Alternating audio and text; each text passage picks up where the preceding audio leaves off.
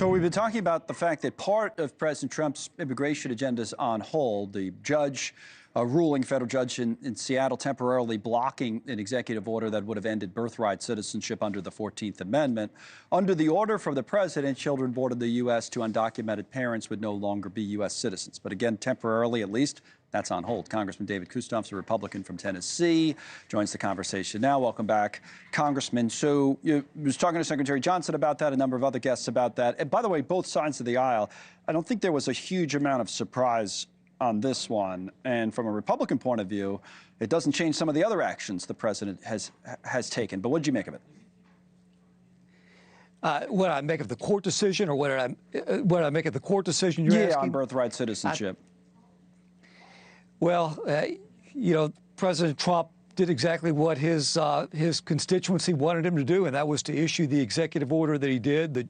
The federal judge, I believe, in Seattle or Washington State has paused it, and we'll see where legally it goes from here. But I think from a policy standpoint, again, he talked about this during the campaign. He talked about it after the campaign, and he executed on it within the first 72 hours of his presidency. Now, he's been so aggressive in those first hours of this presidency on all kinds of issues. At some point, if he wants to get his agenda really enacted, he's going to have to get you guys involved, right? He's going to have to pass legislation in the Congress. What would you say about that? I mean, for the most part, Republicans have been out and supporting the president. You wouldn't be surprised by that. But every now and again, you see some Republicans say, wait a minute, on certain issues, we're not going to be a rubber stamp. How do you see the Congress playing out in terms of the slim majorities?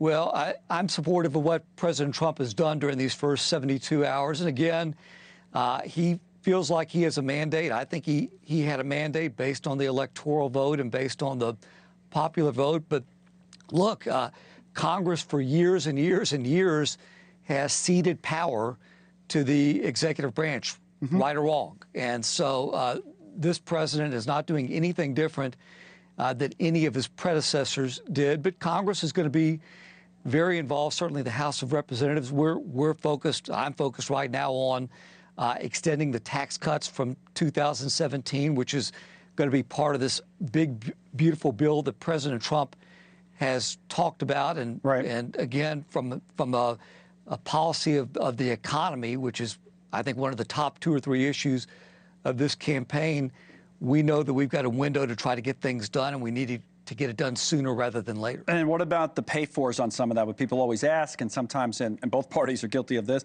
you don't always get an answer because you get more proposals and it's not always paid for. But this is from the Republicans. I'll put it up on the screen. Proposals to finance the Trump agenda.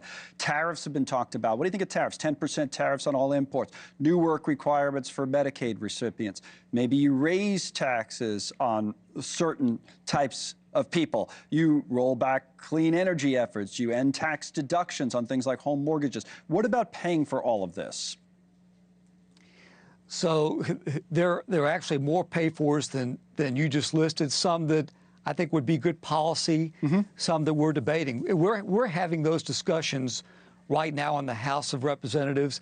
And, my position is, when you look at the tax policy, I'd like to extend out everything that we passed in 2017. We're looking at other things. We're looking at a number of these pay-fors. So my position is I'm not locking myself in on anything. I'm not drawing a line in the sand. I want to, like my other colleagues, we want to get as much information as we can, discuss it, have a good family discussion, and then come out with the game plan in February, March, April. Thanks so much for watching. Just go to joinnn.com to find News Nation on your television provider. And don't forget to click the red subscribe button below to get more of News Nation's fact-driven, unbiased coverage.